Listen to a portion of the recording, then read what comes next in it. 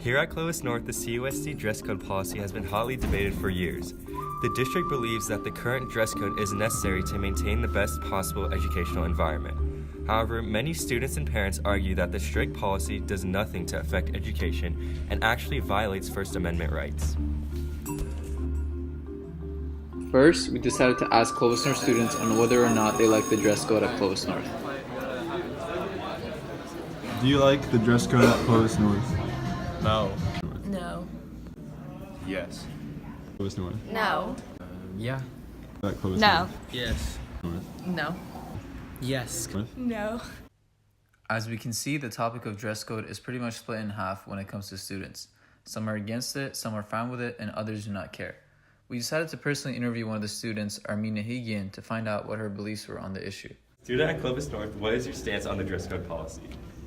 I don't agree with all of it. I think that some of it is unnecessary and that we spend so much time focusing on it when we should be focusing on other things. Okay, do you believe dress code has the ability to hinder education, and why? I think that there's two sides to this. One side is that dress code allows people to feel more comfortable in classes because they're not thinking about, what is so-and-so wearing, what am I wearing, stuff like that. But at the same time, I think that when you get dress coded, your time and energy and you don't remember what you learned through the day because you only thought about when you got dress coded, and you're probably sitting in student services for a long time. And last question, do you think that dress code violates the First Amendment, and why? No, I don't think so.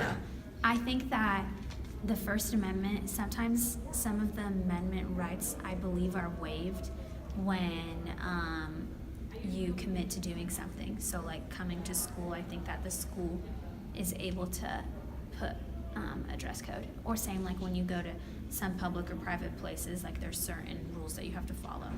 So yeah. Okay, so do you think the dress code should be changed? And if so, what do you think it should be changed? How should it be changed? Well, I know that on the board perspective, it probably takes a really long time for something to be changed. But yeah, I think that it should be changed. Flip-flops I think should be allowed. Leggings probably too. I think it's just more of a comfort than, let me show off my butt or whatever. Yeah. But yeah. All right, thank you. Now that we have seen what the students think about the dress code policy, we decided to interview one of the teachers at Clovis North, Mary Allen, who has numerous years of experience with the issue. Okay. As a teacher at Clovis North, what is your stance on the dress code policy? My stance on the dress code policy is I don't get a choice in what the policy is. Mm-hmm. It is strictly my job to enforce it. Oh, okay. So you just now, I have personal opinions, sure. I would love to wear leggings to school. Mm-hmm. So I guess if I can't wear leggings, neither can you. Yeah, okay, makes sense. All right, and then I have another question. Do you believe dress code has the ability to hinder education? If so, why? Do I believe it hinders education? Yeah. I And believe if so, that it how can. and why? It can? Okay. So, having been a teacher in 7th, 8th, 9th, 10th, 11th, and 12th grade, I've seen the progression of boys growing into men and girls growing into women. Mm-hmm. And there's certain physiological changes that happen that can be very distracting if those changes are not protected by clothing. So I'm trying to be delicate in that regard.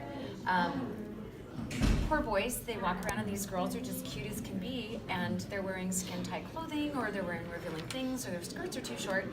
And I absolutely do think that poor guys, you have enough to deal with your hormones. You don't need girls walking. And by the same token, girls don't need to see guys with their pants hanging down below or whatever it happens to be. Yeah. Do I agree with everything on the dress code? No. But I don't know that anybody does, because I think we all have our own opinions. Yeah. But again, I don't get to pick and choose. I'm not the boss. I'm just the one that gets to enforce it. Okay. All right. And then last question, do you think that the dress code violates the First Amendment? I do not believe it violates the First Amendment in any way, shape, or form whatsoever. The First Amendment protects you against 5 basic things, right? So we're talking press, speech, religion. Yeah. If I were to go into a movie theater and just for fun yell out, "Fire!" just because I get a big giggle at seeing everybody panic, I am then violating their rights, and mine is no longer protected. So if I cause a problem in society, as society deems it to be a problem, I don't have that First Amendment right anymore. I don't get to yell fire in the middle of a movie theater or a crowded area. That has been upheld by the Supreme Court. I think that same thing holds true here. You have a right to dress the way you want. We don't have you in uniforms. We don't require that. Yeah. I would hate it to be uniforms. Let's not even go there. But I think there needs to be a civility level. And if you are going to be so distracting, whether by having a religious shirt that says, you know, A, B, and C should be doing 1, 2, and 3, or politicizing, I think it causes a disruption.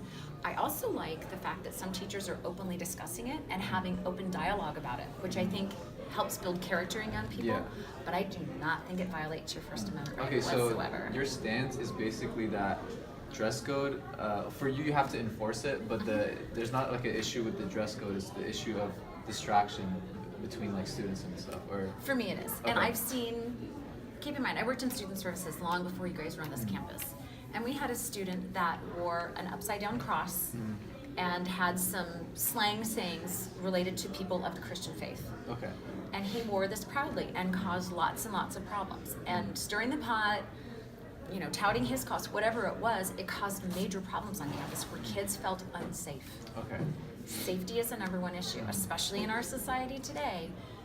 You know, Clovis is very conservative, so my interpretation is they don't want to bring about anything that's going to cause any more drama. Yeah. Let's just get kids to learn.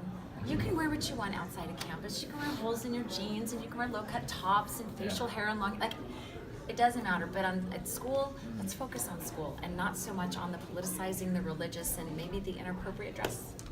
Okay, perfect. Thank you. Thank you. Thank you so much.